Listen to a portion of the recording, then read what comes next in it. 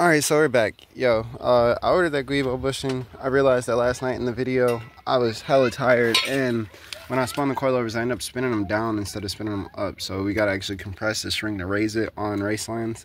They're not like true coilovers, they're like, they don't adjust by the mounting point. So I realized I did that wrong, you guys, because it's a softer spring. So we're gonna get this adjusted now, and we'll see how it goes.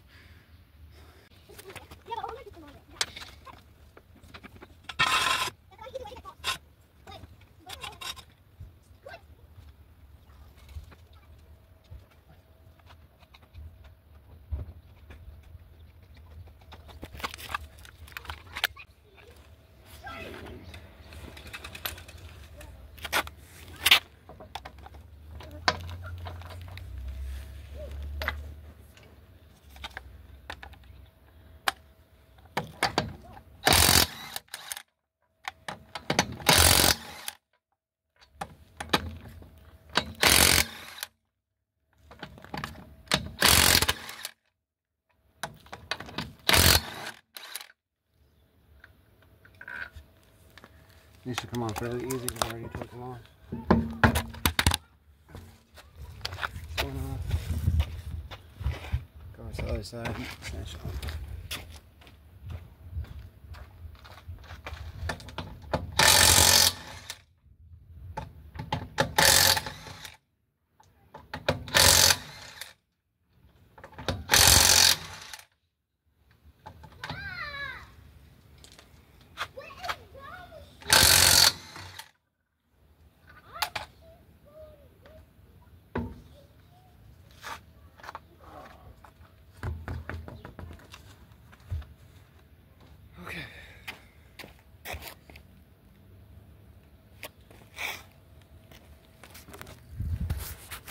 So what we're gonna do, we're gonna compress this ring because that right there should tighten up the compression of the stroke and actually raise the vehicle. That's how race lands work. Well, that's how the budget-friendly race lands work. I don't know about all of them. I'm not gonna say that because some of them you adjust the mounting point and then that adjusts it. But I was really tired last night, you guys. I spent all day doing that center support bearing. Well, not all day. It was more like all night. I was out here till like 3 in the morning doing everything, painting those little brackets, making them look nice and shit like that. So sorry about that one. We'll knock this out right quick and we'll make it look nice. All right, we'll get our final afterwards. I'll let you know what it looks like. All right, so now that we're back in here, now we have our ruler back out and measuring from the lower collar down to the smallest threads. We're at like 30 something. I think it's like 30 millimeters or something like that, not too much, but I raised it up a lot because it's almost to the point where I can't spin up no more, as you can see. So we're gonna take this, measure the other side, and then we'll go from there. Yeah, we're just over an inch and a quarter almost. Inch and a quarter pretty much, yep. So we'll see. We'll see where this puts us at. Now we got both sides matching. I'm gonna go ahead and mount the wheel up. We're gonna see how low they sit.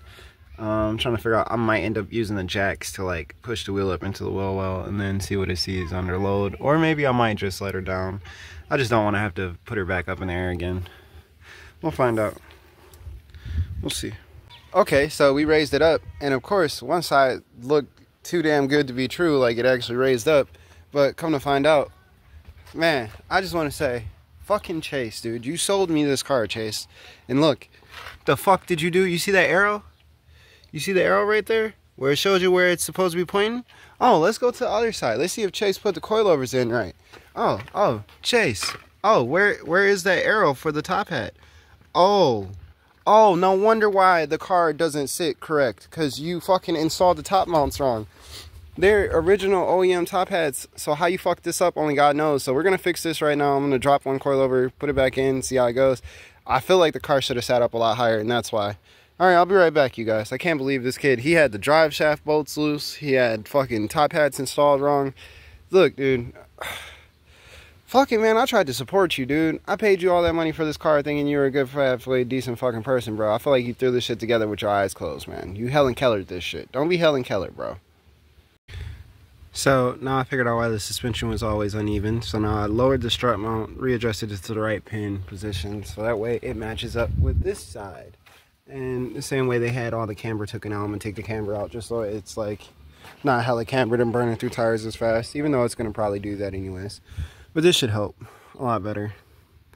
I actually did this. I had a jack underneath the wheel. If you ever got to do this, just put a jack underneath the wheel, let the wheel down slowly, let the strut down, spin the strut mount, and then jack it back up slowly in the position, just like I did. I'm gonna get all the bolts on here before I tighten them down. Once I got all the bolts on, then we'll just shoot them down and then lock them into place. Because with this, you want to be extra careful because you don't want anything to be misaligned. You want it to go back into the same position if you can and keep the alignment as good as possible, because it will throw off camber and you'll have excessive wear and things of that sort if you don't do it right. So now, I'm gonna get the car off the air. The car actually sits even all the way around now. Thanks, Chase, for, I don't know what the hell you thought you were doing when you did it, but don't do that shit again.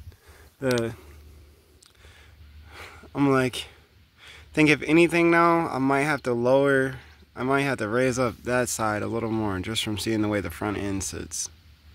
That's what it looks like, because it looks like the car is slanted to one side a little bit.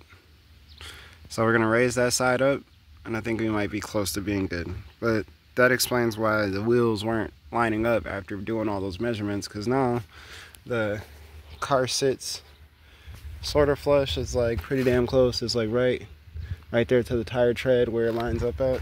And then this side, it's right there at the tire tread. So this side just needs to come up just a little bit. And I don't mind doing that. I can start the car up, roll her forward, and put on some wood and just raise this side up a little bit. So in this video, not only did I correct myself, I corrected another person's fuck up. So the kid I bought it from, yeah, he installed the top mounts wrong, and I'm pretty sure that blew this coilover. So this one might be blown, but I raised it and lowered one side so it at least sit level.